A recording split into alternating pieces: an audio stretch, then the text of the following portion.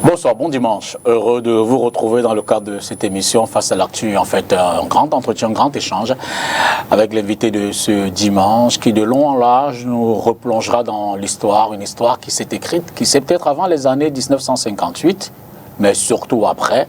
Rendre l'histoire du Podol, Ruben Unyobé, l'affaire en théâtre.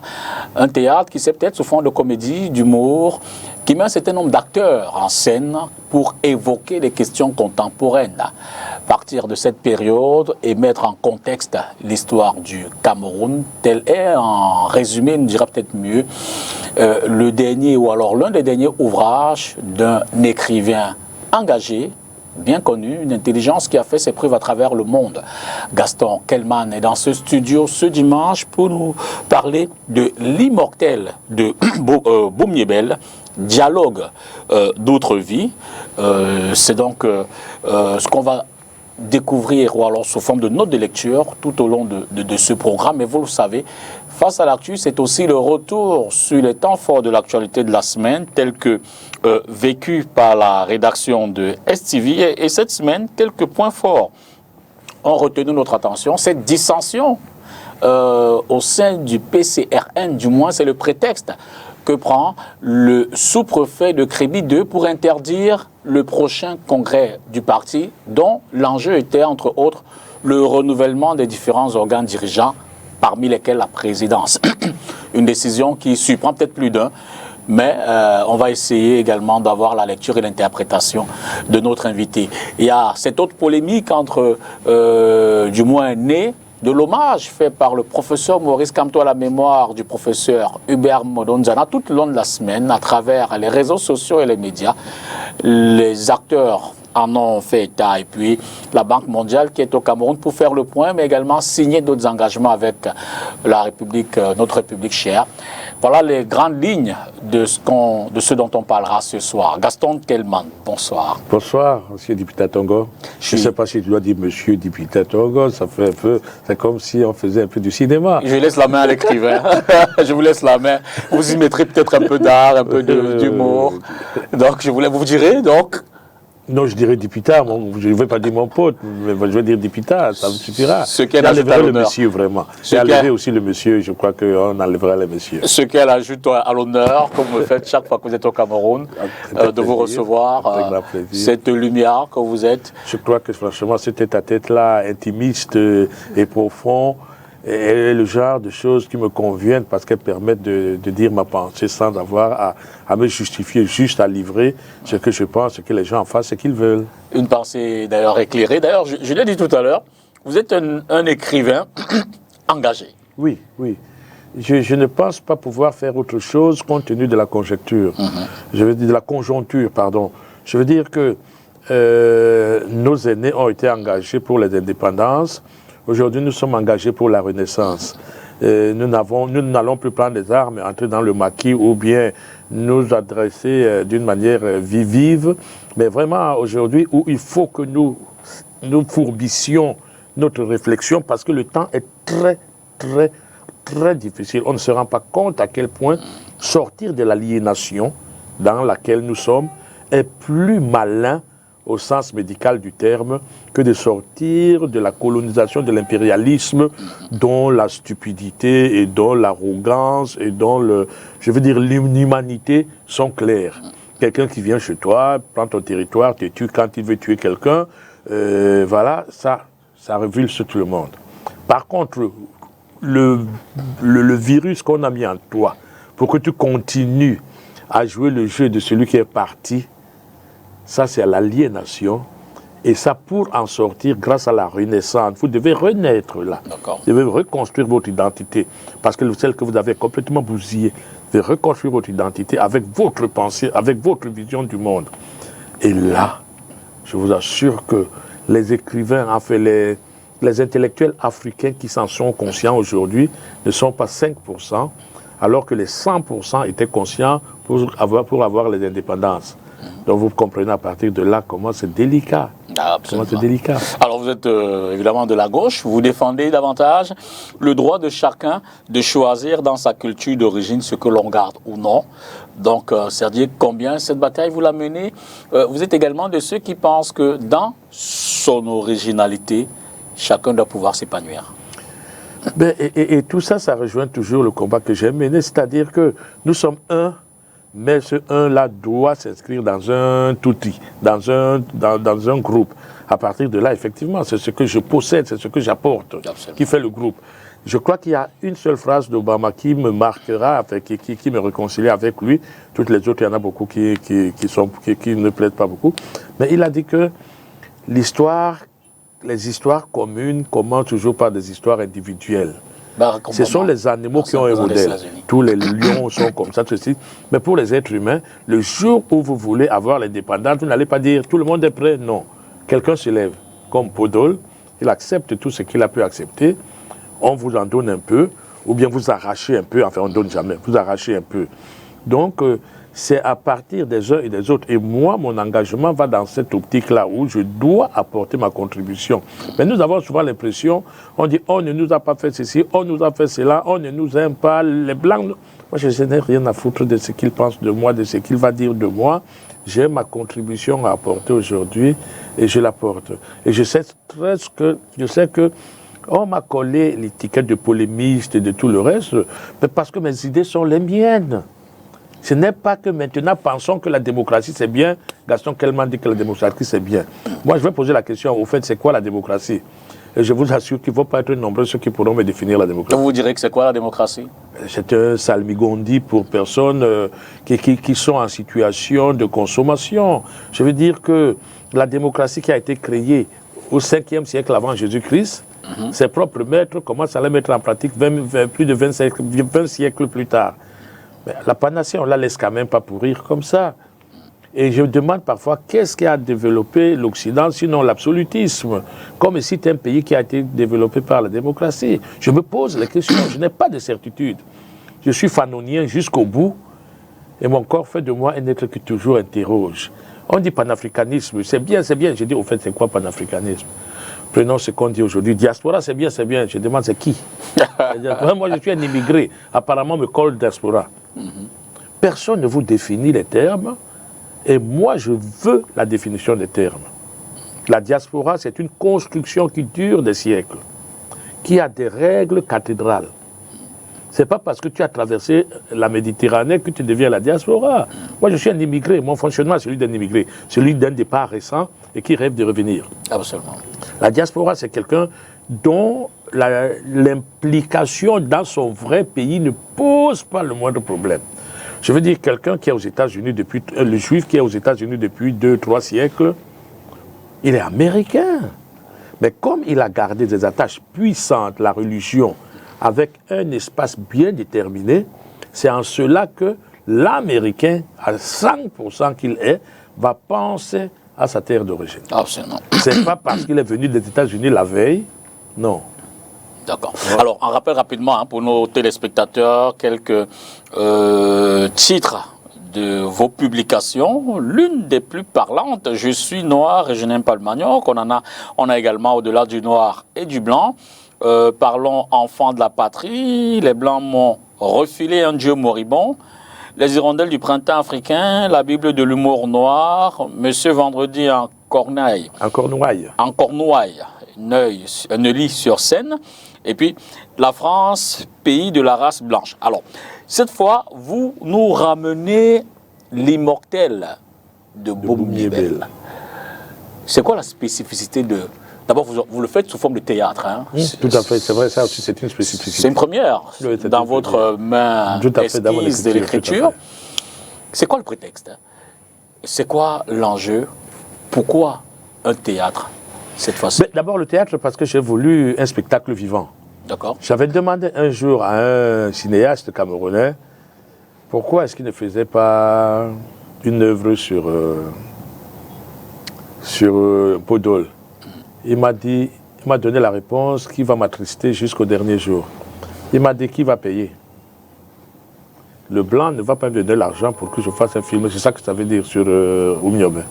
Donc pour qu'il fasse un film, il faut que le blanc lui donne l'argent. Absolument. Il ne se rend même pas compte de la bassesse, de l'imbécilité. C'est Bassé, je ne veux pas me le cacher. Il ne rend pas compte de l'imbécilité de cette réponse. Bassé Bakobio, voilà. Il n'a pas l'argent pour faire, il peut faire le grand blanc de l'Ambaréné, mais il n'a pas l'argent pour faire Oumyobé parce que les blancs doivent lui donner l'argent. Vous lui faites ce procès-là? Non, ce n'est pas un procès, c'est un constat. C'est lui qui me l'a dit. Il peut le nier, bien entendu. Ça, c'est pas grave. Mais je lui ai demandé pourquoi tu ne fais pas une œuvre sur Oumyobé. Il m'a dit qui va payer. Bon, vraiment, j'ai été très très mal. Et je me suis dit que j'ai besoin d'une œuvre vivante sur Oumyobé. Mais je peux faire un essai sur Oumyobé, c'est ce qui est facile pour moi. Je peux faire une espèce de biographie romancée. Ah oui, mais j'ai envie que mes enfants, j'ai rencontré des enfants qui doivent jouer ça sur scène. Je vais faire la dédicace le 5 décembre à Yaoundé, à Ubuntu, chez mon fils Ruben, bien nommé, Ruben Binam Bekoy. Et le prétexte, donc, c'est d'abord voir un cinéaste de la place qui ne peut pas rendre hommage à un immortel. Ce n'est pas moi qui le nomme immortel, c'est Franklin Bukaka, parce que les Blancs ne vont pas lui donner l'argent. Le deuxième prétexte immédiat, c'est la fameuse commission pour l'histoire du Cameroun. Ça m'a mis dans tous mes états. Exact. Bon, c'est vrai que j'avais déjà commencé, hein, mais là, il fallait que je fasse quelque chose. Voilà. De voir que c'est d'abord la France qui décide que le moment est venu pour faire une commission qui va parler de Oumyobé et des massacres des Camerounais. Ça m'a fait très très mal. Est-ce que ce n'est pas réducteur? La commission, c'est davantage pour refaire l'histoire. La France n'a ni les moyens, ni la volonté, ni la capacité à faire l'histoire du Cameroun. Même commune. D'où l'intérêt de la commission, des deux pays. Chacun de son côté fait des recherches. D'un côté l'historien, d'un autre le musicien. Ça commence bien, non? Et en tout cas, moi, je ne connais pas la France de dire je crée une commission pour l'histoire du Cameroun. Même l'histoire conjointe. Je ne sais vraiment pas s'il y a une commission conjointe qui fait l'histoire du Vietnam par rapport à la guerre contre les Français déjà, et puis contre les Américains après. Le jour où les Vietnamiens ont voulu écrire leur histoire, ils l'ont écrite. Je ne suis pas sûr qu'ils ont attendu les archives de Washington pour pouvoir l'écrire. Oumyobé n'est pas appelé à l'école, ce n'est pas parce qu'il n'y a pas de commission, au nom de Dieu. Mais de quel droit la France décide que le moment vient de faire une commission? Vous allez me dire, pour les archives, ils ne les ouvriront jamais. Vous êtes convaincu malgré les engagements de Hollande, je ne suis pas convaincu. Et puis Macron ensuite. Alors vous voyez un peu, nous ouvrir les archives totales, où tous les massacres qui se sont passés sont sur l'espace public. Qu'est-ce qui les empêche de le faire jusqu'à présent? Pour ouvrir les archives, il faut un sésame, il faut des pieds de biche, il faut d'une commission. Avec tous les chercheurs qu'il y a en histoire qu'il y a au monde, il faut un cérémonial pour ouvrir les archives. Ne soyons pas aussi naïfs que cela. Je les défie de les ouvrir. Et même si les ouvre, ça ne m'intéresse pas. Ça ne m'intéresse pas. J'ai ma mémoire. L'histoire, chacun peut écrire l'histoire. La France peut écrire l'histoire d'un colonisateur qui écrit l'histoire du colonisé. Pourquoi pas? Mais nom de Dieu, ne demandez pas tant au lion d'aller faire les histoires des gazelles. Non, demandez à la gazelle d'écrire son histoire.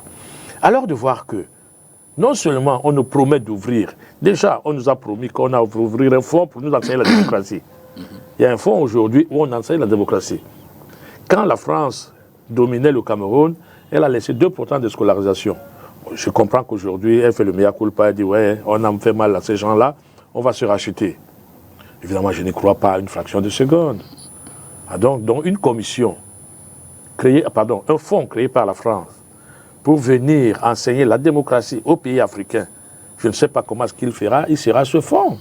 Bon, maintenant, aujourd'hui, on va parler. Bon, laissons, ce n'est pas le débat aujourd'hui, mais c'est vrai que ça me reste là à travers la gorge. Bon. Par contre, justement, cette commission qui va ouvrir les archives pour qu'on écrive notre histoire, je n'en ai pas besoin. Donc, c'est quand j'ai vu qu'en plus, si cette commission était une commission de médecine, si cette commission était une commission de mathématiques, Vous croyez qu'on aurait mis un musicien en face d'un médecin?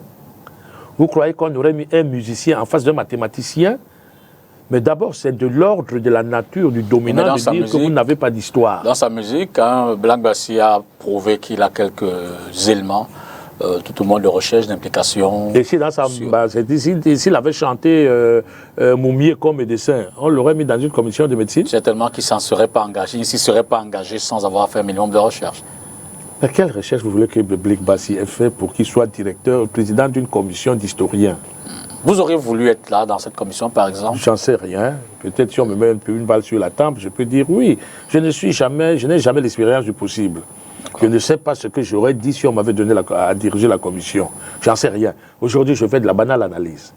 Je dis que si cette commission avait été une commission de médecins et que Black Bassi avait chanté Hippocrate, on ne l'aurait pas amené comme directeur de la commission de médecins. Si ça avait été une commission de mathématiques et que Oumyové avait dit tout le bien qu'il pensait de Pythagore, ou même des mathématiciens égyptiens, on n'aurait pas été dans cette commission. Mais déjà, le dominant nie votre histoire pour vous dominer. Deuxièmement, il dit que vous n'êtes pas encore entré comme Sarkozy, je ne sais pas pourquoi. Et troisièmement, quand il s'agit de votre histoire, il a la tourne tellement au ridicule qu'il descend sur la stigmatisation la plus imbécile, qui est celle du noir qui n'a que la danse dans la peau. Mais on n'a pas besoin de cette sortie de la haute étude, de l'école de haute études en sciences sociales pour comprendre ce qui conduit à un tel choix. D'accord. Pour parler de l'œuvre, ou du moins, je l'ai dit, hein, le fil de cette émission, c'est une forme d'hommage à l'indépendantiste Ruben Oumyobé, on l'a redit, surnommé Pondol, celui qui porte la parole des signes, c'est en langue bassa. En langue bassa, oui. Un hommage, en même temps, qui varie de genre, d'abord une prose, dans le contenu, la critique de l'actualité contemporaine, mais sous fond de poème, avec cette main d'un écrivain qui s'y connaît en termes de maniement de langue.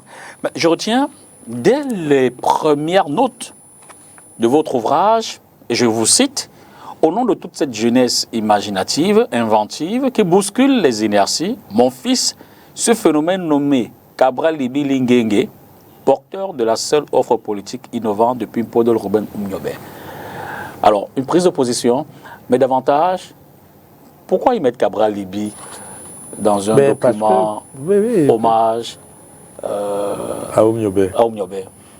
D'abord, le premier hommage revient à Maman Marie qui est décédée dernièrement. Absolument. Et parce que tout simplement le livre allait, c'est vrai que j'aurais peut-être pas pensé à elle, mais le livre allait à l'impression le jour où elle est décédée. Okay. Et comme il y a eu une actualité là, Maman Marie évidemment c'est l'épouse de Ruben Oumyobé qui est décédée en septembre, le 13 septembre du Maki. Voilà. Et ensuite, bon, vraiment pour moi c'est la jeunesse qui est mon carburant. J'ai confiance en la jeunesse, je sais qu'elle va faire évoluer l'Afrique de manière très très rapide. Et donc pour moi, puisque nous sommes en politique et que Podol était un homme politique, eh bien j'ai pensé aux jeunes dont je pense, j'ai choisi le jeune dont je pense qu'il nous a apporté la seule et la plus grande innovation politique depuis Podol. Et Cabral est parti, il est sorti comme un morceau de sa boîte. Et du jour au lendemain, Cabral, il n'avait même pas 40 ans, qu'il était déjà en tête de hit parade des hommes politiques les plus connus au Cameroun. Il crée des méthodes qui n'existaient pas. Tous ceux qui ont été, je crois, hein, peut-être à une exception, on me pardonnera, tous ceux qui ont été candidats à la présidentielle depuis les indépendances ont appartenu au parti au pouvoir. Heureusement que vous y mettez des exceptions. Pardon? Vous y mettez des exceptions. Je vous laisse. Oui, voilà. Les exceptions, je sais pas laquelle d'ailleurs. Oui, peut-être Matumba, je pense. Mais Cabral est venu, il est parti comme il est parti, il a été candidat et aujourd'hui, je pense qu'il est l'un de ceux qui animent le plus le débat politique. Il sait que pour être un homme politique, il faut écrire. Il faut dire ce qu'on veut faire, il faut dire qu'on écrive bien ou mal, peu importe. Mais un homme politique qui n'écrit pas, ce n'est que dans le tiers-monde qu'on voit ça. Enfin, un homme politique qui a de l'ambition. Mitterrand, ce que je connais le mieux, hein, la France, ils ont tous été dans le désir d'être en même temps pédagogue. Le jeune homme fait tout cela. Et je trouve donc, si je veux dédier, si c'était un livre sur la littérature, c'était un livre sur la musique, ce ne serait pas Cabral. Mais en politique aujourd'hui, comme ici, j'ai de l'admiration pour Joshua Ouchi, j'ai de l'admiration pour... J'ai écrit d'ailleurs des articles sur ces gens-là, quand je faisais la différence entre les anciens et les modernes, les anciens qui sont les Kamto, les Amanadji et tout cela, et les modernes qui sont Matomba, Cabral et Oshi. Donc, voilà, c'est pour cela que je dédie ce livre à celui dont je pense qu'il est le best, quoi. Je vous suggère qu'on prenne dans le premier reportage de cette émission, et puisqu'on parle de Cabral, on va tout de suite plonger dans l'actualité qui crée peut-être une incompréhension avec l'administration, puisque on l'a appris ce vendredi, le sous-préfet de Kribi 2 a finalement interdit le congrès dont le parti, pour lequel le parti se préparait à se mobiliser en vue du renouvellement des organes. Mais avant tout cela, regardons un peu la problématique de fond. Nos reporters, notamment Léla Renganze, ont rencontré ou ont échangé avec Robert Konan, qui est en réalité le fondateur du PCRN. Le président d'honneur du Parti camerounais pour la réconciliation nationale, fondateur de la formation politique que dirige Cabral Libye depuis 2019, se dit abandonné en tout point. Un abandon couplé à des promesses non tenues. Robert Konan en a gros sur le cœur. Dans un premier temps, il y a eu un grand bruit là qu'on allait m'accorder une pick-up double cabine. Et ça avait envoyé des esprits, finalement, ça n'a pas eu lieu. Et dernièrement, au cours du congrès extraordinaire tenu en Yaoundé du 16 au 18 décembre 2022, il a été question qu'on allait nous construire des maisons et l'achat des véhicules 5 places, et tout ça. Mais par la suite, après quelques mois, j'apprends que Cabral semble avoir dit que ce n'est pas lui qui a promis. Mais je dis que non, c'est lui qui a promis. Puisqu'on a donné la déclaration au cours du congrès, tout le congressiste qui était là présent, il n'a pas démenti, il n'a pas contesté. Donc, véritablement, lui, et pour ma part, malheureusement, et bientôt un an, rien n'est fait. Je suis encore dans des... Je ne peux même pas oser parler de lutte. Parce que quand il pleut, je suis obligé de chercher partout de quoi acheter les écailles pour ne pas laisser mes documents vraiment se détruire par la pluie, par les bouteilles. Donc sincèrement, je suis encore sur une moto de bientôt 20 ans d'existence qui n'arrive pas à me porter convenablement. Et mon domicile n'a jamais été vu par un seul député de mon parti. Aucun député n'a vu là où je reste. Jusqu'à ce jour. Alors qu'on lui oppose aujourd'hui le fait d'avoir affirmé en 2019 céder le parti à Cabral Libye, le fondateur du PCRN fait savoir qu'en tant que président d'honneur, l'accord parlait de collaboration, concertation avec son avis requis à titre consultatif. Aujourd'hui, il accuse Cabral Libye de ne respecter ni l'accord qui ne stipulait pas qu'il pouvait passer 1 an sans se parler, ni les tests du parti. Normalement, le congrès du parti, surtout d'ordre ordinaire, c'est tous les 5 ans. Or, à Gilgis, le 11 mai 2019, c'était une réunion. Et il semble que Cabral Libye a transformé ça en premier congrès du parti. J'ai senti ça au cours du congrès extraordinaire de Yaoundé en 2022. Il a annoncé donc le congrès de Kribi comme le deuxième congrès ordinaire. Ça suppose donc qu'il était déjà considéré par lui comme congrès ordinaire. Or, un congrès devait quand même avoir un temps de communication et d'invitation des gens pour pouvoir prendre part au congrès. Mais là, nous n'étions qu'à 11. Lui y compris. Robert Konan revient également sur l'épisode 2020 où il est candidat malheureux aux élections législatives. Mais compte tenu des moyens modeste, je n'ai pas pu vraiment réussir.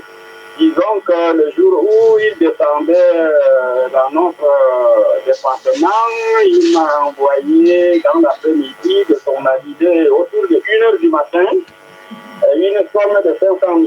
Et à la fin de la campagne, à 6 jours de la fermeture de la campagne, il m'a encore envoyé 500 000.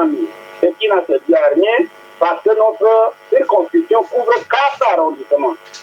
À la question de savoir s'il a été approché par Cabral Libby depuis qu'il formule ses plaintes, il répond.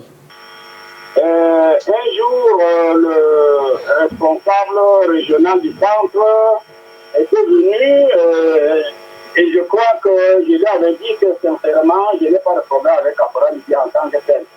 Si aujourd'hui je revendique la présidence du parti, c'est parce que je vois que les choses se dégradent sur le terrain au jour le jour, alors que l'élection présidentielle arrive au galop.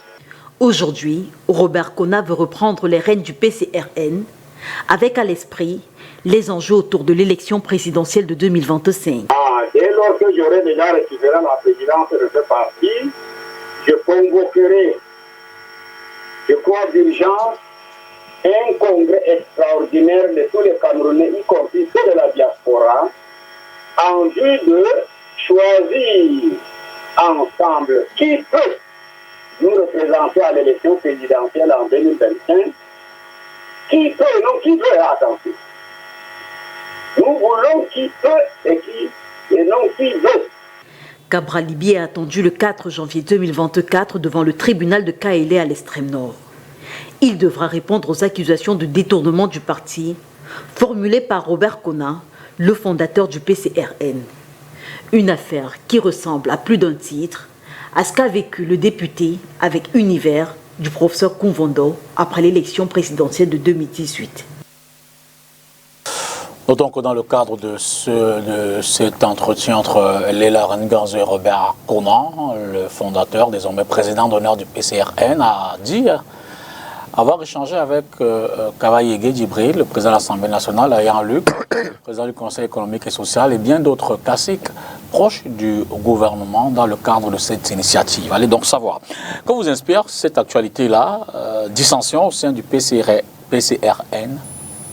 Je me dis, c'est un peu du Deus Ex Machina, qui a vraiment le diable qui sort de sa boîte, là. J'y comprends rien, j'entendais parler de l'eau qui coulait dans sa maison et tout. Vraiment, je n'ai pas bien compris à l'entame de la chose. C'est après que j'apprends qu'il veut récupérer son parti, en vue des prochaines élections, il va oh, je ne sais pas. Vous pensez qu'il a été mis comme un caillou dans la chaussure de Cabral? Oui, c'est quand même... C'est-à-dire qu'il y a une telle concomitance du fait qui est bizarre.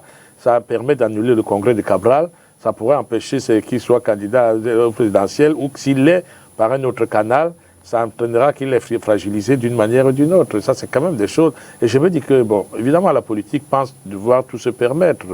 Mais si c'est vraiment une manœuvre politique pour casser les pieds à Cabral, c'est vraiment triste, quoi.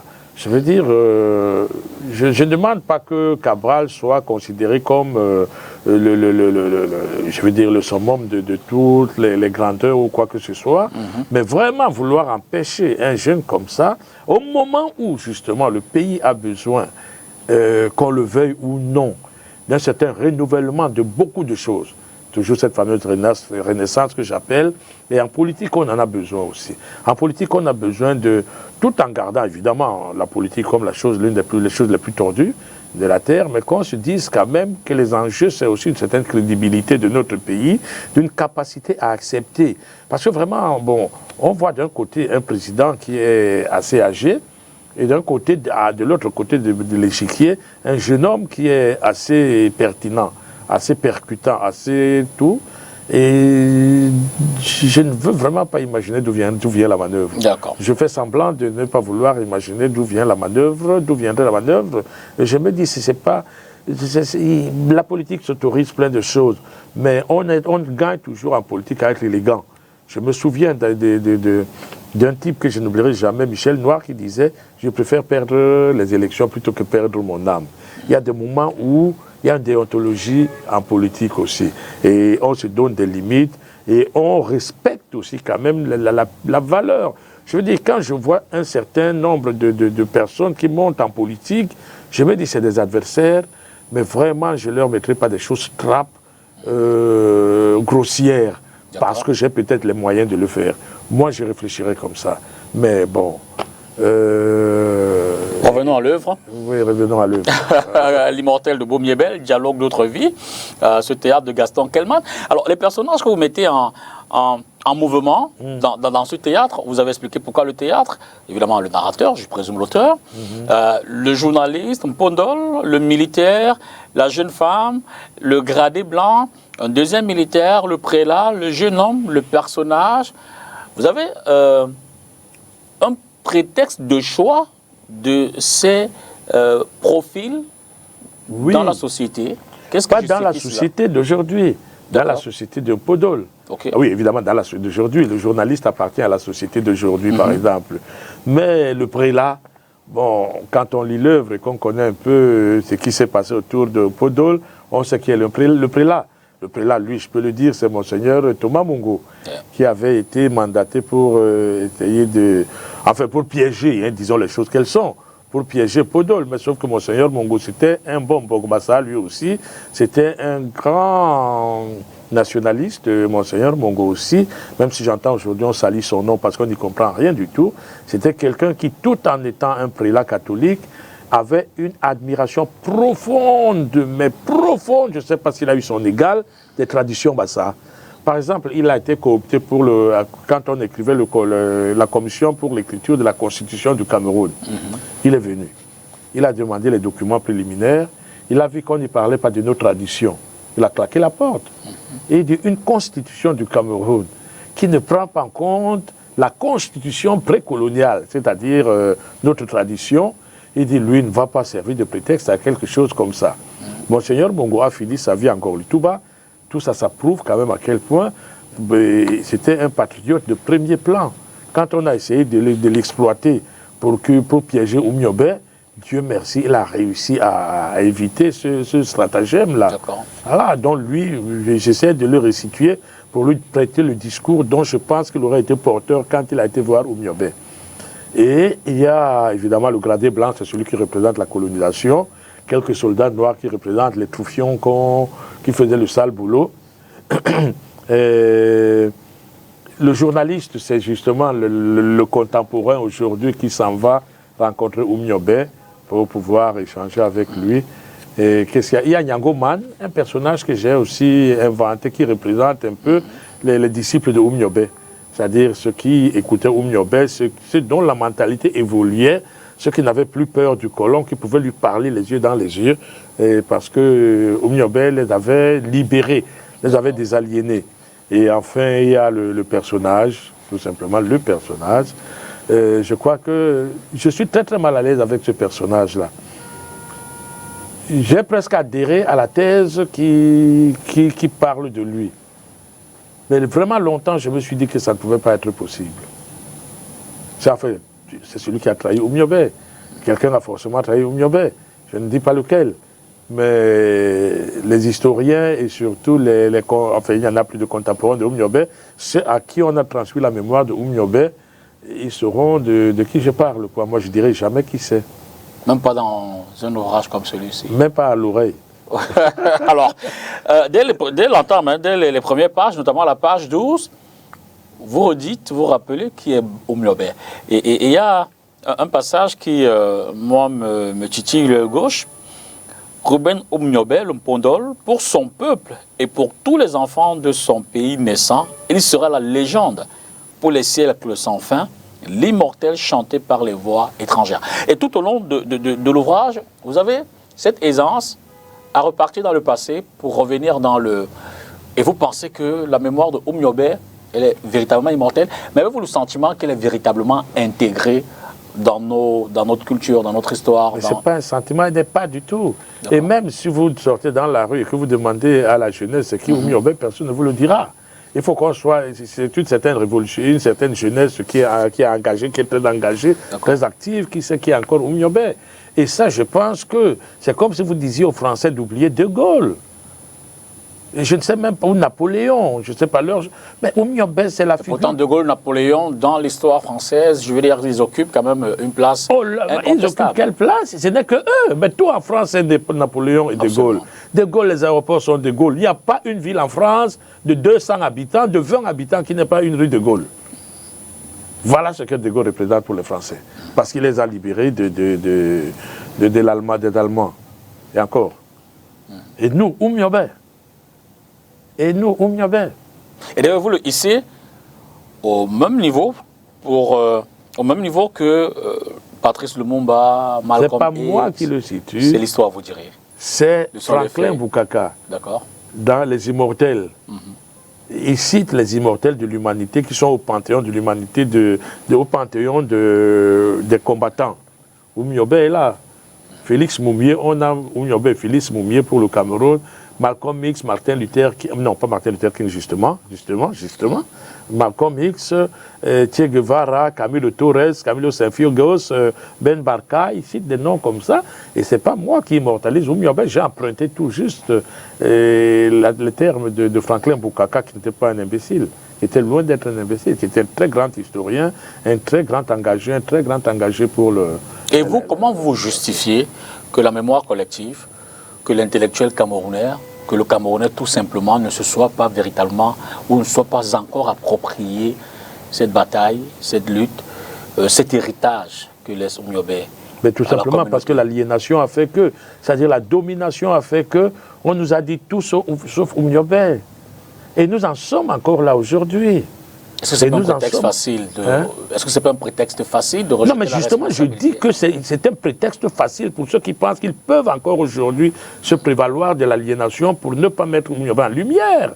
Moi, je le fais, je ne peux pas prendre des prétextes pour les autres. Je ne les excuserai jamais. Le président de la République a dit en 2017 à la femme de Oumyobé, je poursuis l'œuvre entreprise par votre mari. S'il vous plaît, vous, les deuxièmes couteaux de gauche et de droite, du nord et du sud, de partout, qui avez les moyens de faire vivre la mémoire de Oumyobé, c'est-à-dire vous les professeurs, vous les éditeurs, vous les intellectuels.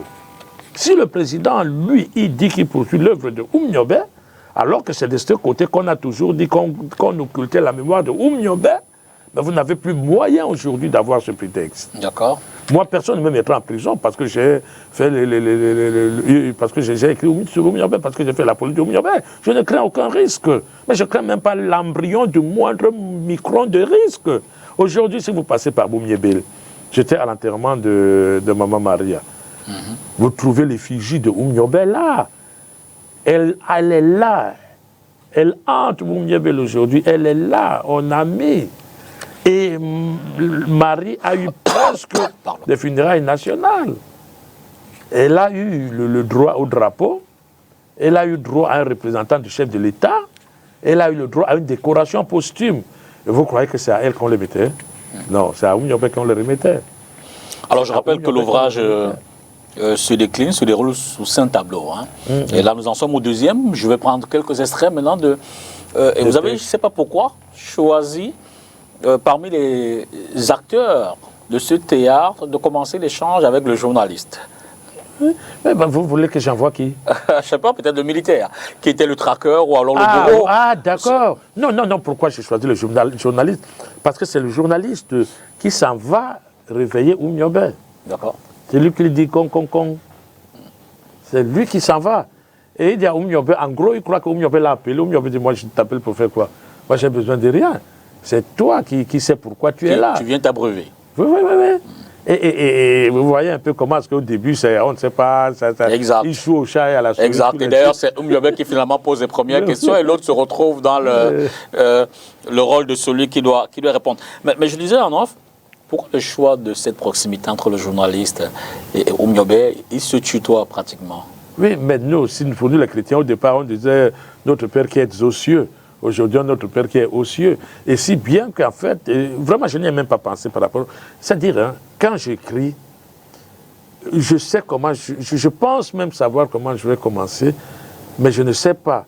Mes personnages prennent vraiment leur liberté et puis se mettent à vivre leur vie. Je vous assure que c'est comme ça. À un moment donné, quand je me rends compte qu'ils se sont tutoyés, c'est là que moi, qui suis leur spectateur, j'essaie de me rattraper, de dire, mais pourquoi est-ce qu'ils se sont tutoyés? Et puis il dit, bon, maintenant on peut passer au tutoiement. Je crois que j'ai mis une ineptie de ce genre-là. Mais ils ont commencé par le vous. Des gens qui, effectivement, ne se connaissent pas, s'épient, essaient de se sonder. Et puis après, quand ça commence à prendre une certaine allure, bon, ils passent au tutoiement, eux-mêmes sans s'en rendre compte, parce que maintenant on passe, entre guillemets, aux choses sérieuses. Podol va nous livrer, entre guillemets, pourquoi il est mort, qu'est-ce qu'il attend de nous, ou bien ce que nous attendons qu'il nous dise. Voilà. Et là, le tutoiement vient tout seul. Et puis à ce passage, et d'ailleurs, il est souvent, très souvent cité, mais je vais le reprendre tel que inscrit dans votre ouvrage. Chaque être, chaque génération doit trouver sa mission, l'accomplir ou la trahir. Où en sommes-nous aujourd'hui? Je rappelle que ça, c'est dans le cadre de l'échange, le dialogue entre le journaliste et Oumyobé. Où en sommes-nous aujourd'hui? S'exclame-t-il, ce n'est pas une question. J'observe ce pays jadis mien, où tout le monde désormais se mêle de tout. Je dis cela parce que tu es en train de le penser à l'instant. Et là, le personnage de Oum essaye de revenir donc à l'histoire contemporaine où la société donne l'impression, les médias donnent l'impression que mais il tout dit, le monde justement, il dit, c'est pas moi, il dit, parce que le journaliste, qui représente la jeunesse, en qui j'ai confiance, ne sait pas très bien où est-ce qu'il en est. C'est pour cela qu'il va chez Oumyobé. Oumyobé lui dit, tu as des pensées, mais tu ne sais pas comment les organiser. Absolument. Alors c'est là qu'il lui dit, je vois ce peuple qui fut jadis mien, et ce que je dis là, c'est pas moi qui le dis, c'est toi qui le penses, et comme effectivement c'est plus dans ta tête, moi je te le mets. Parce qu'au départ, ce que vous n'avez pas dit au départ, ce que vous avez vu certainement au départ, je dis que Oumyobé lui dit, moi aussi aujourd'hui, où je vois tout. Je lis dans les pensées, je vois le passé, le présent et le futur. Et quand le jeune lui demandera d'ailleurs de lui dire le futur, il dit non, je ne peux pas te le dire. Ce serait peut te rendre un grand service. Tu te sentirais obligé de te comporter d'une certaine manière parce que tu sais ce qui va arriver. Et là, Podol lui dit, mais ce n'est même pas moi, je ne parle pas de ce que je pense. Quand je parle de ce pays où les gens font n'importe quoi, je mêle de tout, c'est ce que tu es en train de penser, toi. Et là, vous le faites sous forme de diatribe, là, finalement, une critique forte. C'est pas moi qui critique, c'est le journaliste. Bon, en fait. J'ai du mal à me détacher de l'auteur que vous êtes et des personnages. Non, c'est pas moi. Pourtant, mais dans le fond, c'est une fiction aussi. Hein? Oui, mais c'est une fiction. Réelle, vous direz. Alors, et je reprends cet autre passage aussi. Vraiment, je veux dire que j'ai commencé la lecture et il est difficile de s'arrêter. Tellement ça coule, merci. Tellement ça coule, c'est agréable. Souvent ça crispe, mais ça détend aussi davantage. Podol, toujours pour interpréter ta pensée. Et il fait une voix monocorde. J'observe ces débats télévisés à la pompe artificielle et funèbre. Dans un orgiaque magma existentiel, j'entends ces lugubres élucubrations intellectualisées. J'observe les crimes rituels et les rituels sataniques. Je regarde la course effrénée vers la satisfaction égoïste. Bref, un ensemble d'éléments qu'énumère. Et pour lequel on pourrait retrouver notre société. Pour lesquels c'est vous qui l'avez dit. On pourrait se retrouver dans la société, dans la société actuelle. Je vois les pouvoirs corsetés, les turiféraires vampiriques, le clergé d'un culte orgiaque, que l'on canonise à qui mieux, le ventre creux, soit Lucifer, il était lui aussi, le pouvoir est d'essence. Bref, j'ai pris quelques passages comme ça là. Mais là, vous laissez un peu parler le cœur de l'auteur que vous êtes, qui vit cette société en même temps. Oui, bien entendu. Attends, je ne suis pas un observateur innocent. Je suis un observateur engagé. Et puis, bon, maintenant, revenons, soyons sérieux. On ne peut jamais écrire que soi-même. Exact. Je fais partie de la société dont je suis le produit. Pour vous donner l'exemple, entre guillemets, de ma sincérité intellectuelle, de mon honnêteté intellectuelle. Un jour, je fais une conférence à Maroua, à l'université de Maroua, à l'invitation de mon jeune frère Dili Palay. Et un étudiant me demande, Monsieur Kelman, vous théorisez tellement bien sur l'aliénation, mais est-ce que vous-même, vous n'êtes pas aliéné? J'ai dit, mon fils, si tu savais. Mais je suis aliéné comme un zombie. Je dis, je suis archi-aliéné. Mais, il y a un mais. La seule différence, c'est que moi, je le sais, et que tes professeurs qui sont aussi aliénés que moi ne le savent même pas. Moi qui suis au courant de mon aliénation, je peux aujourd'hui la condamner, la mettre en face. Mais eux, comme ils ne sont même pas au courant qu'ils sont aliénés, ils croient qu'ils sont normaux. Et c'est là que le problème commence. Donc, quand je parle de cette société, je ne me mets jamais à côté. D'accord. Je suis dedans. Et c'est d'ailleurs pour pouvoir la saisir comme ça, il faut être dedans. Et avoir l'honnêteté de dire, je suis dedans, mais je vois ce qui nous manque. Okay. Alors que d'autres, parce qu'il est dedans, c'est parfait. Vous verrez tous les justificatifs. Par exemple, effectivement, tous ceux qui sont en train de dire, oui, c'est le blanc qui a fait ceci, oui, c'est le blanc qui a fait cela. Moi, j'ai dit, le blanc a fait ça, mais je n'en ai rien à cirer maintenant. Je n'en veux plus, je ne veux plus. Je ne veux même pas les archives. Et la suite, c'est de s'interroger, qu'est-ce qu'on fait là maintenant, nous? Pardon? Et la suite, c'est de s'interroger, qu'est-ce que nous, on fait maintenant? Exactement. Voilà la seule chose qui a du sens aujourd'hui. Voilà la seule chose. Mais pour cela, il faut déjà être conscient. Parce que si vous n'êtes pas conscient et que vous pensez que le blanc doit nous apporter la démocratie... Avez-vous le sentiment que nous le sommes? Ça commence à venir. En même temps que quelqu'un demande à la France de venir nous enseigner la démocratie, Binan Biko fait par exemple des colloques qui s'appellent aujourd'hui la nouvelle pensée africaine. Il est conscient que la pensée est contextuelle. Le colloque qu'on a fait l'année dernière sur la nouvelle conscience, la nouvelle pensée africaine, il y a 20 ans, on aurait fait la pensée des romantiques français, la pensée des philosophes français. Ce n'est pas notre pensée. La pensée peut s'universaliser, d'accord, mais elle part d'un terroir.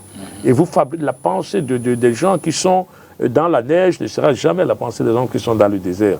La pensée d'un peuple qui est développé depuis un certain nombre d'années ne sera pas ma pensée à moi qui suis en processus de renaissance. Ma pensée ressemble aujourd'hui, la construction de ma pensée est plus proche de celle du 15e siècle français et du 16e siècle que celle du 21e siècle français. Parce qu'aujourd'hui, par exemple, je n'ai pas de langue. Moi, je n'ai pas de langue. Alors, si quelqu'un m'apporte la pensée qui va être portée par sa langue, et que moi, si je l'accepte, je suis foutu. Il y a un souci. Okay. Je suis aujourd'hui en 1539, quand François Ier institutionnalisait avec les accords de avec les ordonnances de Villers-Cotterêts la langue française. Voilà le combat que je mène aujourd'hui. Ma pensée doit être inscrite dans l'invention d'une langue. Voilà. D'accord. On va peut-être retourner à la régie pour prendre le deuxième reportage. C'est l'une des exigences de l'émission. Avant de poursuivre le décryptage, la lecture diagonale, si vous le permettez, de cette œuvre, on va rebondir sur cette autre actualité qui a été observée cette semaine par nos reporters. La sortie ou l'hommage que Maurice Kamto a rendu à la mémoire du professeur Hubert Mononzana, désormais décédé. Un hommage qui a créé ou suscité la polémique. Suivez plutôt.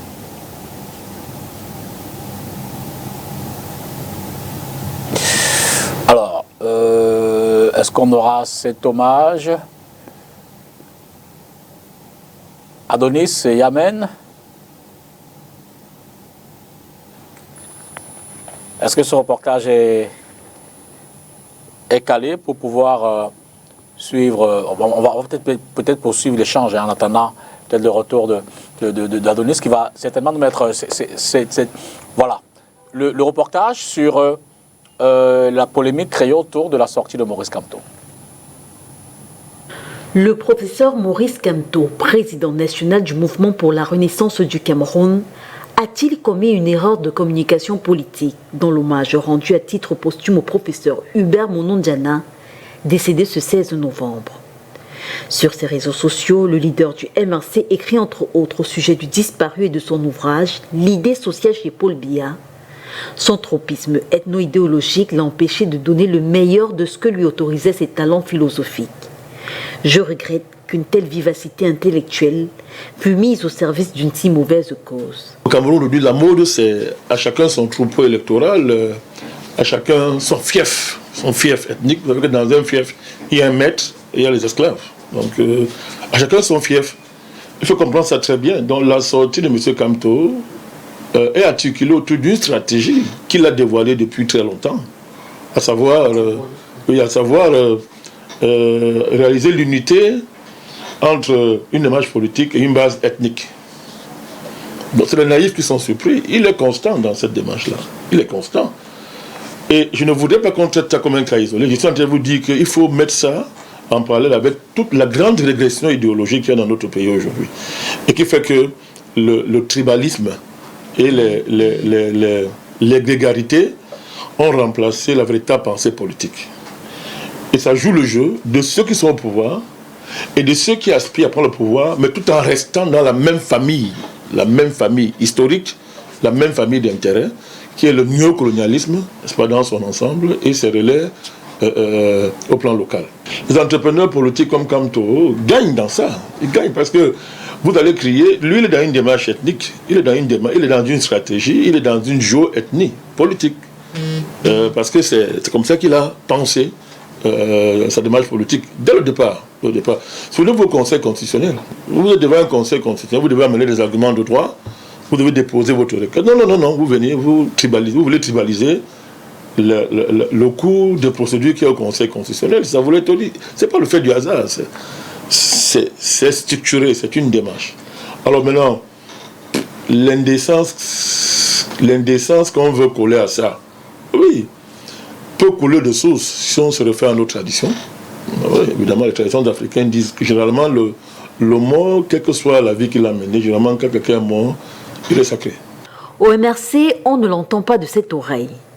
Le professeur Maurice Kamto n'a jamais caché sa vision du professeur Hubert Monondiana, universitaire dont il respectait l'intelligence, même si ne partageant pas ses positions. Moi, je trouve puérile la polémique concernant la sortie du professeur Maurice Kamto sur le professeur Monondiana. Je trouve quand même qu'on manque de quoi débattre au point d'organiser des émissions sur la sortie du professeur. Il rend hommage à quelqu'un qu'il connaît très bien. Il dit ce qu'il pense de lui. Et d'ailleurs, ce qu'il dit, rien n'est nouveau dedans. Il a toujours reconnu que Monondiana était un intellectuel politique, un esprit vif, mais seulement qui a servi, qui a mis son intelligence pour une mauvaise cause. Laquelle mauvaise cause il a combattu depuis des années. Il y a 6 ans, Maurice Kamto accuse Monondiana de l'avoir livré à la police politique de ce pays. Monondiana n'a jamais démenti. Jamais. Il l'a dit dans des interviews, dans un film qu'on retrouve sur les réseaux sociaux. Mais d'où vient-il donc aujourd'hui? Il dit ce qu'il pense d'un universitaire comme lui et que ça fasse l'objet de discussions genre il ne devrait pas lui dire, il ne devrait pas l'attaquer. Bref, il devait dire qu'il était trop beau, que Monondiana était une grande personne. Et pourtant, ces personnes condamnent tous les jours Hitler. Allez savoir pourquoi. Dans son édition 2015, le Larousse définit l'hommage comme une marque de courtoisie ou de respect. Rendre hommage, témoigner son estime, son admiration.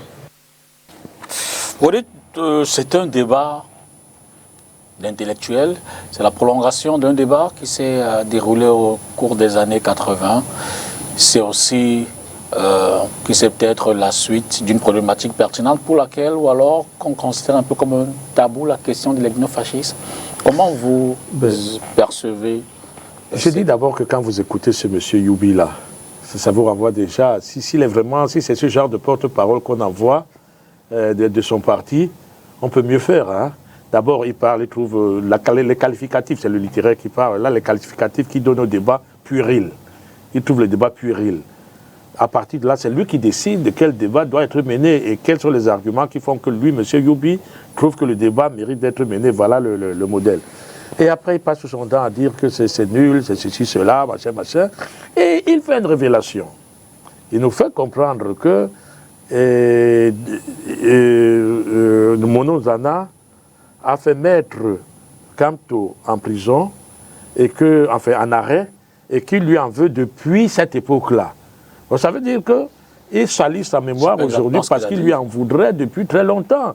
Mais sauf que l'autre ne peut plus se défendre. Ah non, que d'abord, oui. Monondiana ne s'est jamais défendu, il n'a jamais nié cela. Voilà, en fait, il a remis en contexte pour... Oui, pour justifier. Non, un peu comme pour s'exclamer que, tenez, Monondiana de son vivant, Kamto l'a dit, mais lui-même n'a jamais réagi. Donc il peut continuer à le dire aujourd'hui. Non, pourquoi est-ce que les autres s'émeuvent donc aujourd'hui si... Qu'ils le disent.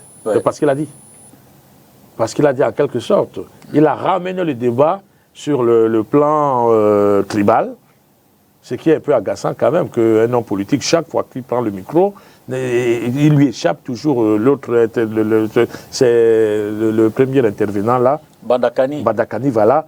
Merci. Lui, il rappelait effectivement que vous êtes au Conseil constitutionnel, vous devez parler de droit, et puis vous dites que si j'avais su qu'il y avait un concours boulot, en fait, tout le monde sait, hein, je crois, sur ce plateau, j'avais dit, si quelqu'un pense que Kamto est un homme politique, il se trompe. Kamto, c'est le plus mauvais homme politique, enfin le plus mauvais prétendu homme politique. Je veux dire qu'en même temps, Kamto, c'est quand même le deuxième à la dernière élection présidentielle. Il peut être le premier. Il y a des présidents de la République qui sont les pires hommes politiques que j'ai jamais vus.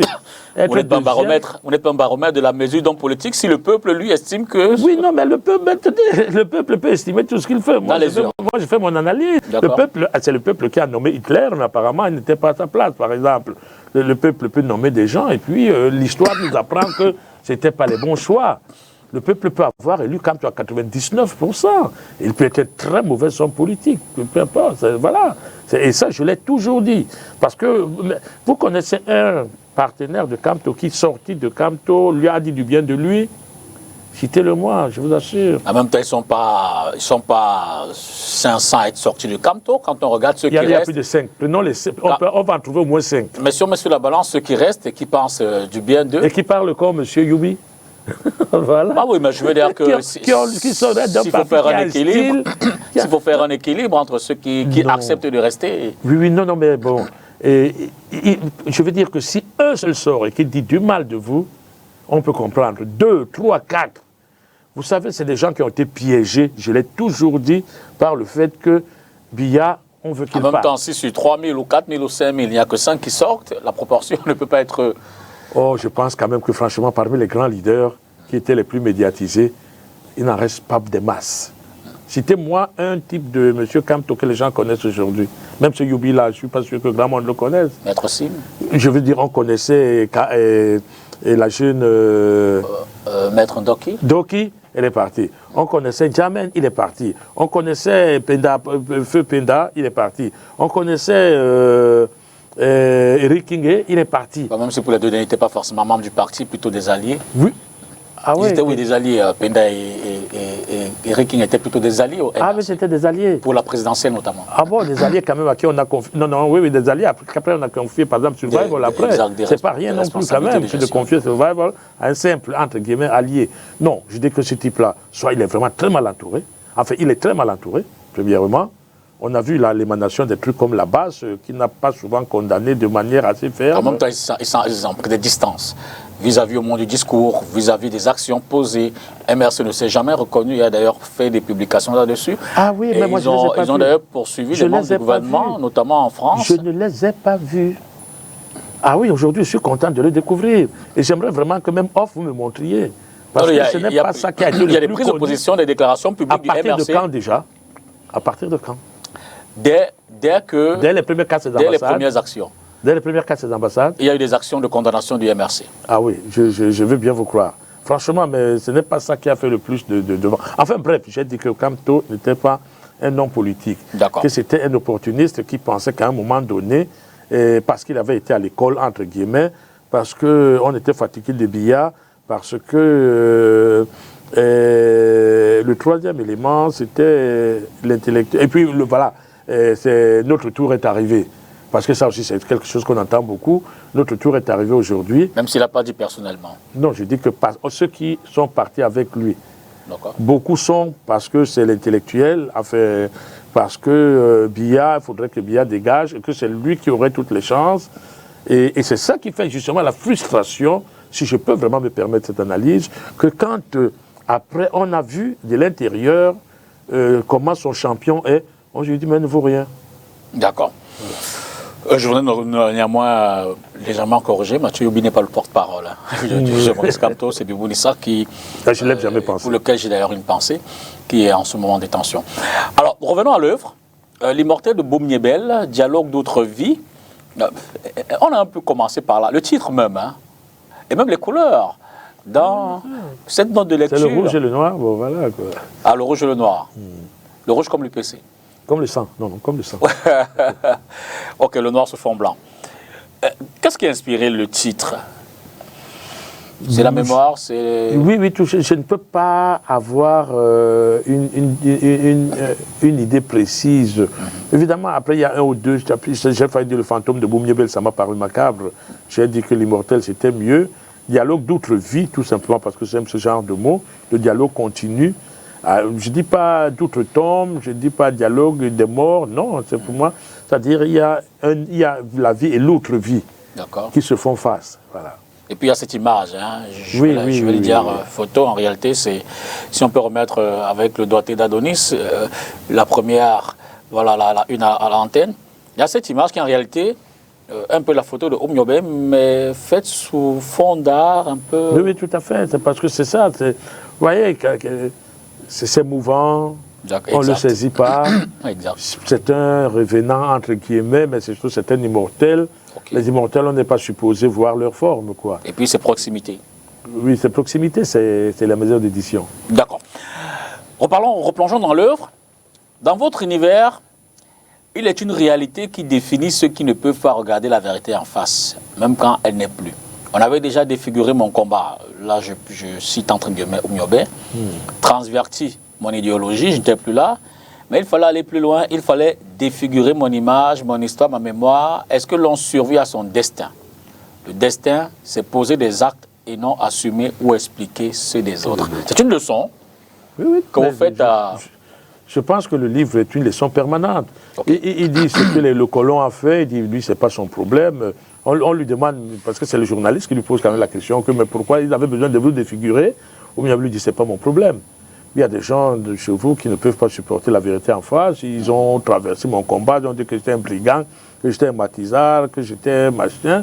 Moi, je suis dans mon pays, les gens viennent et définissent qui je suis. Il dit, mais bon, moi, voilà, j'ai les faits que je te raconte, que tu connais d'ailleurs. Ce n'est pas à moi de dire que c'était bien ou c'était pas bien. Voilà. Il retourne dans sa retraite. Alors, et puis le deuxième tableau met donc en exergue plus d'un acteur. Le militaire, la jeune femme, le gradé blanc, bon, Nyangoman. Oui, Nyangoman, c'est la jeune femme. La jeune femme.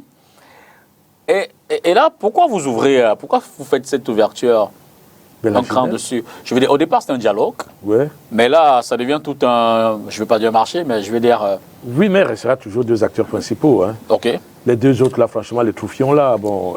c'est un peu comme un chihuahua, c'est comme le chien qui aboie un peu quand le maître a dit attaquer le gibier. Mais quelle est la trame de ce deuxième tableau? C'est tout simplement montrer comment est-ce que nous avons évolué, ceux qui ont été à côté de Oumniobé ont évolué de l'aliénation à la libération. On voit Nyangoman qui, au départ, fait semblant d'avoir peur du blanc. Au départ, elle essaie de... Non, au départ, même, elle veut mentir pour qu'on lui foute la paix. Franchement, je ne suis pas venu chercher des histoires. Foutez-moi la paix. Mais bon, quand on raconte une jeune dame... parce que, évidemment, les soldats étaient dans la forêt tout le temps à traquer Oumniobé, à chercher de savoir. Alors, on voit une jeune dame qui passe, on se dit... ah, cette jeune dame-là, peut-être qu'elle en sait quelque chose. Le militaire blanc, le gradé blanc lui pose des questions. Et à un moment donné, on lui dit c'est qui? Elle dit c'est. C'est-à-dire, on comprend qu'elle ne veut pas tout dire. Absolument. Et là, quand elle voit qu'elle est coincée, elle leur montre qui elle est alors. Elle leur dit, toi, pauvre con, qu'est-ce que tu fous ici? Tu n'es rien du tout. Voilà. Et elle dit au blanc, tu iras dire un jour qu'au fond de la forêt équatoriale, une fille m'a regardé, m'a tutoyé. Pour la première fois, un noir m'a tutoyé en Afrique. Voilà, c'est montrer ces gens-là qui ont eu conscience, qui ont pris conscience de leur liberté avec Oumniobé et qui regardaient le blanc dans les yeux. Alors qu'au départ, elle a voulu faire comme tout le monde, c'est que le blanc attendait à ce qu'elle fasse « oui, monsieur, non, monsieur ». Et puis, quand elle voit que là, maintenant, écoute, arrête un peu de faire du cirque, elle devient ce qu'elle est. Elle dit au blanc, d'abord, tu ne peux rien me faire et tu ne feras rien en Podol qui est immortel. Effectivement, le blanc l'a laissé. Et on ne va pas peut-être détailler pour laisser à ceux qui aimeraient découvrir. On va passer dans le troisième tableau. Le temps pour nous peut-être de prendre un autre reportage, puisque le temps va nous tenir à la gorge. Mais il faut y revenir. Il s'agit de la corruption, un autre sujet d'actualité. Les députés à l'Assemblée nationale ont évoqué la question dans le cadre des débats qui sont en cours au Parlement en ce moment. Reportage. La corruption gagne du terrain au Cameroun. Après les acteurs nationaux et internationaux, c'est au tour du Parlement de diagnostiquer le problème. Le constat que nous avons fait, c'est qu'il y a beaucoup de points de vulnérabilité dans le dispositif de lutte contre la corruption. Il n'y a pas beaucoup de ressources financières. Elles sont même très insuffisantes. Il n'y a pas de personnel qualifié. Et très souvent, il manque une vraie stratégie en termes de combinaison de la prévention à la répression. Dans certaines administrations, on ne pense même pas à la répression judiciaire, alors que la répression administrative et financière est souvent très insuffisante.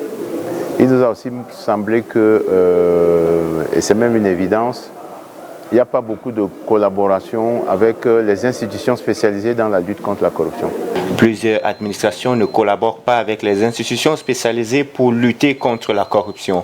La CONAC a soulevé cette difficulté dans son rapport de 2022 en dénonçant une dizaine de ministères qui n'ont soumis aucun rapport. À la suite des débats au Parlement, la principale recommandation est l'urgence d'adopter une loi contre la corruption. Construire une vraie convergence institutionnelle et envisager éventuellement d'accompagner les institutions qui ont besoin du soutien de l'Assemblée nationale pour renforcer soit leur indépendance, soit leur statut, soit leurs ressources financières.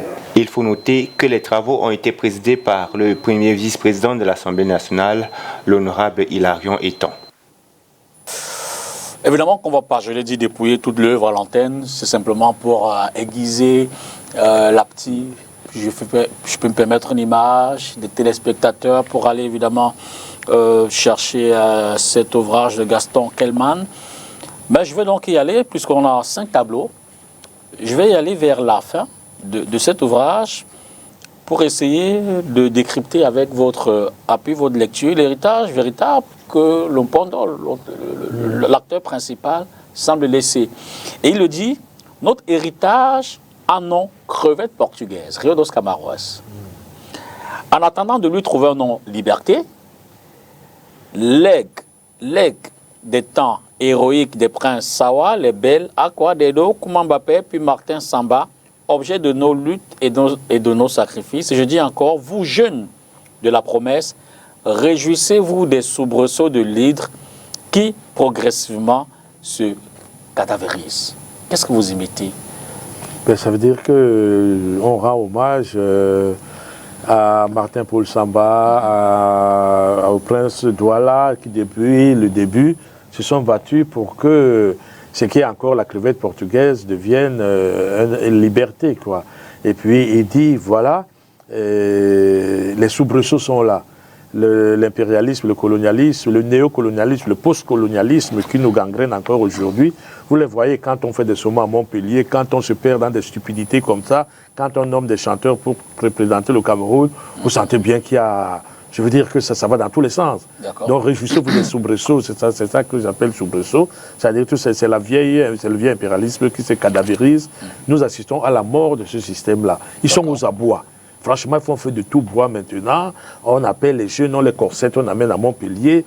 On va créer des commissions, des trucs qui siègent en Afrique du Sud. On dit on va ouvrir les archives. C'est un musicien qu'on met à la tête. Quand on arrive à ce niveau de décrépitude, ça signifie que ça va mal, quoi. Parce qu'avant, on réfléchissait un peu mieux. Et il y a ce passage. Et puis, un mot pour conclure, c'est Oumyobé qui le dit, un jour naîtra une Afrique. Quand des nations solides auront fleuri de nos combats, elle est déjà là, cette Afrique, multiple et une qui se redressera neuve. Est-ce que c'est pas un peu de l'utopie quand on regarde l'Afrique aujourd'hui, dans ses combats individuels, où Mali, Burkina Faso, Niger se retrouvent isolés dans cette Afrique de l'Ouest au regard des autres pays frontaliers qui ne sont pas forcément dans la même logique de combat, ou l'Afrique centrale, la RCA, le Gabon, chacun dans son coin. Je ne parle pas de l'Afrique du Nord qui ne se reconnaît pas dans cette Afrique. Non, elle, même pas encore moins de l'Afrique australe, l'Afrique du Sud, qui également semble dans des combats des pays émergents, alors que derrière encore, on a d'autres pays, les autres, bien d'autres, qui ne sont pas forcément dans le pas du développement. Cette Afrique dont rêve Oumyobé, non, Oumyobé ne rêve pas de l'Afrique. Oumyobé dit, il dit à un moment donné que pour lui l'Afrique c'est une utopie, le panafricanisme c'est une utopie. Il le dit. Et il s'est battu pour le Cameroun. Et il dit quand les nations libres, cette Afrique, puisqu'effectivement tout le monde parle de l'Afrique, mais cette Afrique-là c'est quand les nations libres, et ces nations-là c'est toutes celles que vous êtes en train de citer. Elles auront fleuri de nos combats. Voilà. Oumyobé s'est battu pas pour l'Afrique. Elle est déjà là, cette Afrique. Mais justement. Multiple et une. Multiple et une. Qui se redressera. Multiple et une. D'accord. Voilà, vraiment, vous venez de les nommer toute cette Afrique multiple, là. Vous voyez, en pensant que vous vous y opposiez, ou bien que vous me posiez des questions journalistiques, vous avez pratiquement donné la réponse. L'Afrique, elle est là, multiple et une, parce que le Niger, et comme je rappelais la pensée d'Obama tout à l'heure, qui disait que les histoires, les Barack Obama, les histoires communes commencent par les histoires individuelles. Les pays africains pensaient un jour, panafricanisme, on va se lever tous un jour. Non! Le Niger, apparemment le Mali, le Mali aurait déjà récupéré tout son territoire. Pendant que les Africains attendaient tous, comme encore aujourd'hui, peut-être les pays comme la Côte d'Ivoire, les dirigeants comme ceux de Côte d'Ivoire, d'être encore les sous-préfets de la France, pendant qu'ils sont là, et quand j'entendais par exemple ces espèces de satrapes, ces espèces de rigolos, dire qu'ils allaient attaquer le Niger, je riais, je me disais, pardon, vous voyez, je ne peux même pas échapper à cette quinte de rire qui fait que les gens là pensaient qu'un général nigérien et ivoirien allait prendre les armes parce que Macron le leur a demandé et massacrer les Nigériens. Vraiment, dites-moi, ôtez-moi d'un doute, vous avez cru que ces gens-là pensaient vraiment qu'ils étaient sérieux, ou bien parce que comme le chien, par exemple, aboie parce que son maître a dit attrape, ils aboyaient pour satisfaire leur maître, ou bien vous croyez vraiment que... Vous y voyez là une image de l'Afrique qui prend conscience. Mais alors, incroyablement. Elle a longtemps mené les combats des autres. Une image qui me vient tout le temps ces derniers temps-ci, c'est qu'il y a encore quelques années, les Blancs faisaient les coups d'État en Afrique pour enlever les patriotes, les nationalistes qui ne leur plaisaient pas. Lumumba. Aujourd'hui, Lumumba, Sankara même, n'allons pas jusqu'à Lumumba. Aujourd'hui, c'est les Africains qui font les coups d'État pour enlever les gens des Français, et c'est les Français qui se fâchent. Remettez-le, remettez-le. Cette inversion-là est très très drôle. Aujourd'hui, c'est Macron qui s'arc-boute là-bas comme un enfant qui ronchonne et qui dit que non, non, vous allez mettre ce type-là, lui, c'est lui le bon. Moi, j'ai décidé que c'est lui le bon. Et tout le monde le regarde. Oui, même quand le même coup d'État se fait au Gabon, ah oui, lui, il est bon, lui, il est bon, lui, il est bon. Et ça fait rire tout le monde. Ça fait rire tout le monde. Alors, quand on est arrivé à là... Et l'ouvrage se termine par un dialogue avec les premiers acteurs, Oumyobé, le journaliste. Tout à fait. Voilà, comme ça a commencé. Exact. Alors, j'ai bien aimé cette chute. Adieu, papa, dit le journaliste. Voilà. Salut pour nous, Félix. Sous-entendu, Félix Moumié. Dis-lui que le poison qu'on lui a inoculé devient potion magique dans nos veines. Embrasse Ernest, sous-entendu Wandier, alias Émile, brave parmi les braves. L'âme de ce combat dont toi tu fus la tête, pas plus qu'il n'abdiqua. Nous abdiquerons. Dis à tous les autres qui t'ont accompagné qu'en attendant le grand soir, ils sont de retour dans nos cœurs. Et de poursuivre dans le déroulé de l'œuvre, le pendole, de dire « Je vais transmettre ton message, viens les rencontrer quand tu veux ». C'est une invite au combat, au sacrifice suprême, non, je ne vais pas envoyer ma jeunesse au casse-pipe. Non, c'est une invite à la suite. Moi, tu es venu me voir. Mais quand tu veux, viens voir aussi. Ah non, c'est un dialogue d'autre vie. Ça ne veut pas dire, tu veux faire zigouiller. D'accord. Le journaliste, bonne route Pendole, et Pendole, le voyageur, ce n'est pas moi, c'est toi. Je vais encore te livrer mon sentiment. Dis à ta génération, l'aube s'annonce belle, comme toute promesse de Hemley. Qu'on peut dire qu'il y a un héritage à prendre et à en profiter. Et la jeunesse y est déjà. La jeunesse y est déjà. Alors, autre particularité de cette œuvre, c'est d'y avoir mis quelques passages en bassa. Comment ça s'explique? Tout simplement parce que je ne peux plus m'en passer. D'accord. Ça monte et puis après, à un moment donné, je lâche. J'ai écrit un qui peut avoir, si on totalise les pages, Peut-être peut y avoir 5 ou 6 pages qui feront... Tous les proverbes, je les mettais en bassa et tout. La dernière œuvre que j'ai écrite avant celle-ci, et je continue à dire qu'elle est un peu confidentielle parce que c'est l'action d'une association bassa en Occident. Okay. Qui essaie, ça s'appelle Jeunesse une diaspora. Là, on sent que peut-être une diaspora est en train de naître, puisque les bassas d'Occident travaillent pour les bassas d'Occident. Et quand on est 3500, c'est un de mes jeunes frères qui s'appelle Ngom Etienne, qui a créé cette dynamique-là. Dont le premier sous-entendu, c'était qu'il en avait marre de voir que quand un bassa mourait en Allemagne, on jetait à la fosse commune, en fait beaucoup qui n'avaient pas de papier ou bien qui n'avaient pas les moyens, on mettait à la fosse commune ou bien alors on incinérait. Et il a commencé tout seul à essayer d'aider à créer des associations et puis un jour l'idée lui est venue. Il a créé une espèce de mutuelle qui regroupe tous les bassas qui veulent bien adhérer, mais sauf que nous sommes déjà 3500. Ça, nous sommes 3500 aujourd'hui et quand nous faisons un congrès dans une ville, la ville bouge. Et il y a 1500 bassas qui étaient à Berlin il y a 2 mois, c'était en septembre. 1500 bassas qui sont là, qui viennent d'Australie, des États-Unis, de partout où on peut aller. Et là, dans cette œuvre-là, vraiment, c'est plein de bassas, parce qu'aujourd'hui, vous ne pouvez pas savoir à quel point je suis à l'étroit dans la langue française, dont je suis quand même peut-être l'un, enfin pas peut-être, dont je suis l'un des meilleurs usagers de la planète, sans prétention. Mais une nation sans langue, ça n'existe pas. D'accord. Et je suis tellement mal à l'aise. Et je crois que je vais faire une conférence, c'est sur les rails, au lycée Mongo, où je leur parlerai du camp franglais, le sens du camp franglais. Parce que notre jeunesse est tellement consciente que la langue et les territoires fondent la nation. Ils se reconnaissent comme Camerounais. Et intuitivement, ils sentent qu'il leur manque quelque chose, c'est la langue. Il n'y a pas de nation sur la terre sans langue, à part en Afrique. À part en Afrique.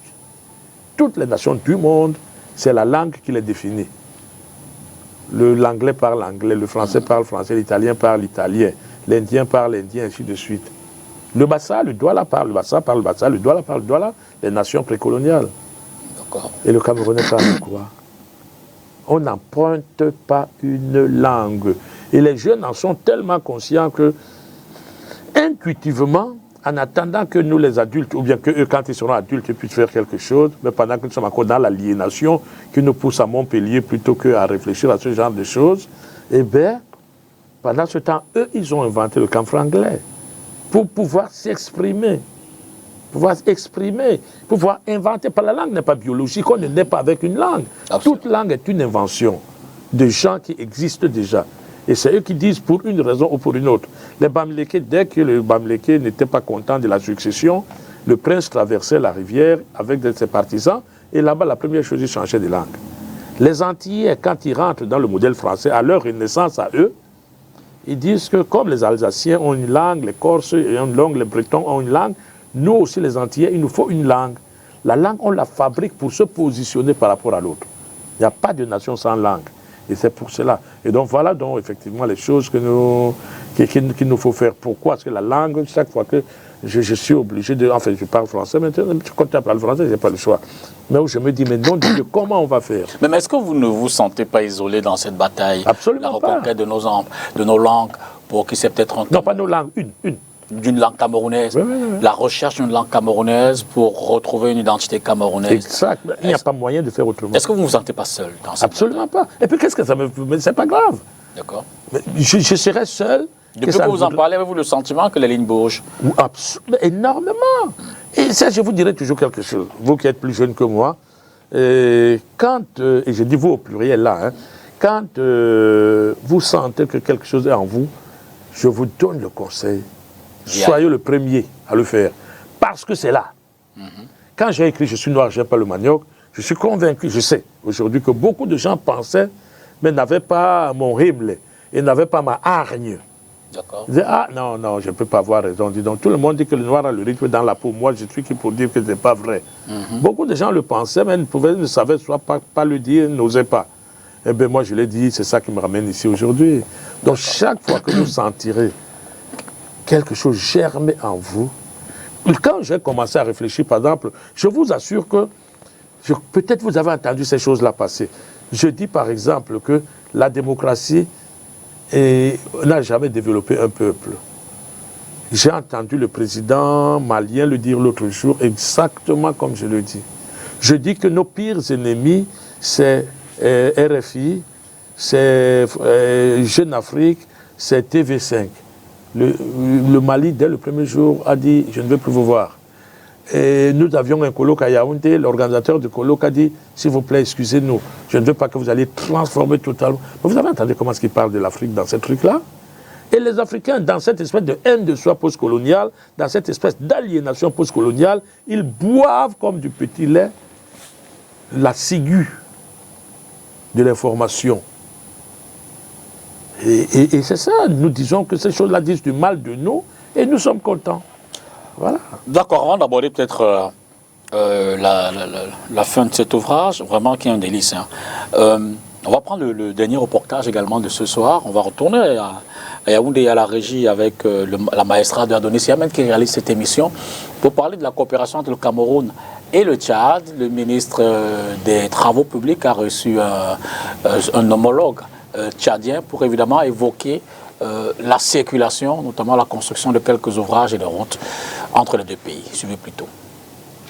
Cette rencontre bilatérale Cameroun-Tchad marque le début d'une visite de travail du ministre tchadien des Infrastructures et du Désenclavement sur le sol camerounais. Au menu, l'exécution des travaux de construction du pont sur le fleuve Logone reliant Kosseri et N'Djamena, la réalisation des projets connexes, la situation du corridor Douala-N'Djamena sont entre autres projets communs qui ont été passés en revue par Emmanuel Nganou-Dioumessi et le docteur Idriss Saleh Bachar. L'objectif primordial, c'est d'essayer de faire en sorte que le patrimoine commun qui est le corridor Douala-N'Djamena soit bien entretenu, soit bien aménagé, qu'il y ait moins de tracasseries pour ceux qui font travailler ces patrimoines et aussi d'explorer d'autres voies et moyens pour nous relier davantage. Comme vous le savez bien, nous sommes reliés via Kosseri actuellement au pont Guéli. Nous avons le pont Yagua qui est un bon projet, un excellent projet bilatéral financé par des partenaires extérieurs suivant la volonté politique de nos chefs de l'État. Et nous sommes venus ici pour faire en sorte que ces ponts soient finalisés dans les délais requis et faire en sorte que les travaux connexes pour les deux pays soient aussi réalisés pour le bénéfice de nos populations. Les travaux connexes sont assez importants et ça a été souligné par les différents intervenants. Nous sommes venus ici aussi pour voir, explorer et laisser l'attitude durant les 3 jours à nos excellents cadres, que ce soit du côté Cameroun, côté Tchad, de voir très rapidement faire en sorte que le troisième projet de liaison entre nos deux pays soit concrétisé.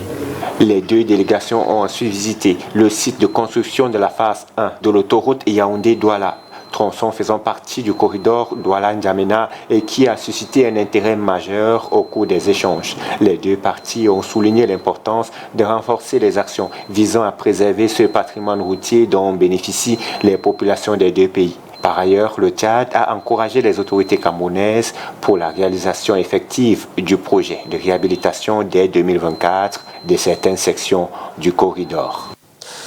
Et pour refermer cette note de lecture, je vais peut-être lire la 4e de couverture. Vous l'entamez par un appel, Ngenglaye et OSC, qu'on pourra tirer l'attention du lecteur ou de l'auditeur, puisqu'il s'agit d'une lecture. Voici venue l'heure du conte vespéral, contant un conte qui n'est point conte, une légende qui n'est point légende. Voici le temps venu au peuple, au siècle épopée, de chanter la mémoire d'une pierre angulaire. Voici venu les temps des libertés reconquises pour porter nos héros sur la voie lactée. Cet homme, était son nom, fils de Niobé, hautement symbolique, fortement prémonitoire, le bras justicier de la cosmogonie Bassa, ultime recours quand le droit est bafoué, tel fut Niobé dans un monde en gestation, seule terre afro-nègre, victime d'une guerre barbare. Pour libérer les siens de cette agression impie, il se dressa lilliputien face à un colosse. Il usa de tous les recours pacifiques. Il traça dans la clandestinité la piste des étoiles jusqu'à l'avènement proche du grand soir. puisse Ilolombi m'en faire l'humble héros. Héros ici comme pour dire le messager ou celui qui porte, voilà. Donc H-E-R-A-U-T. Mais quand on regarde un peu, pour revenir en contexte, dans l'héritage Oumniobé, n'avez-vous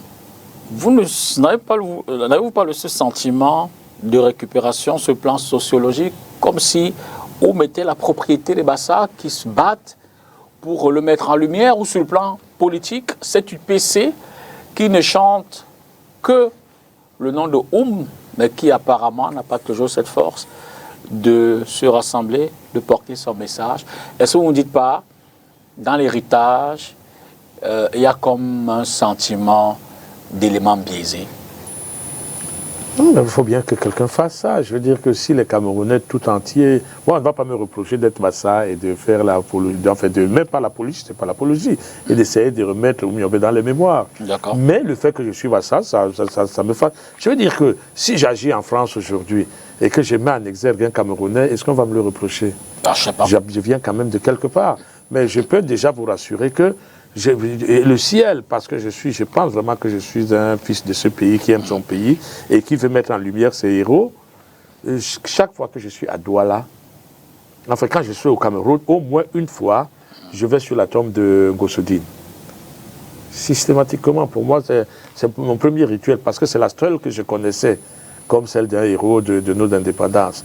Je viens de faire un périple énorme dans le sud du pays. J'ai pu me recueillir sur la tombe de... Enfin, non, il n'y a pas de tombe, malheureusement, de Martin Samba. De Paul Martin Samba. J'ai pu aller voir des choses merveilleuses, c'est-à-dire des reliques, enfin, des espaces qui sont uniques. Par exemple, un gars qui s'appelait Obabeti, qui a été un résistant, mais d'une puissance absolue, et dont l'au-delà est merveilleux.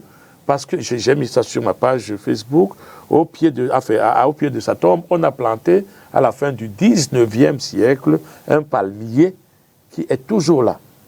Quand on sait que la longévité du palmier, c'est 30 ans, le palmier a 150 ans. Il est là.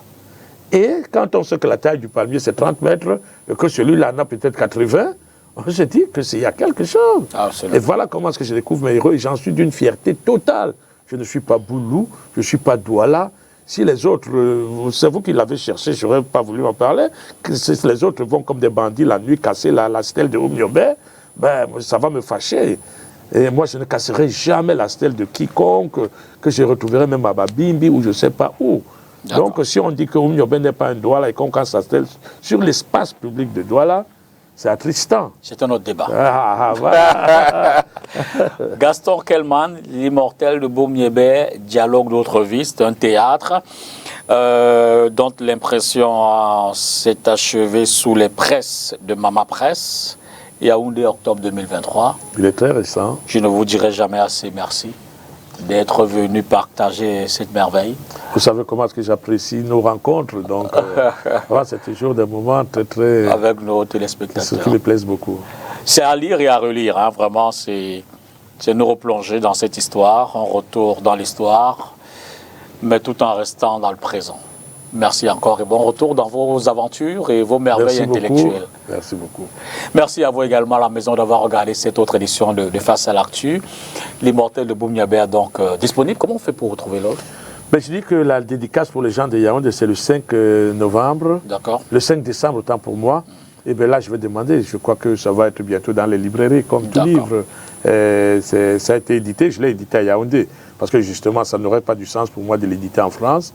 Je l'ai fait éditer à Yaoundé. Voilà. Vous ne vous ferez pas prier pour me faire ma dédicace en primeur? Je me ferai prier, mais je la ferai quand même. Merci. Bon dimanche et à dimanche.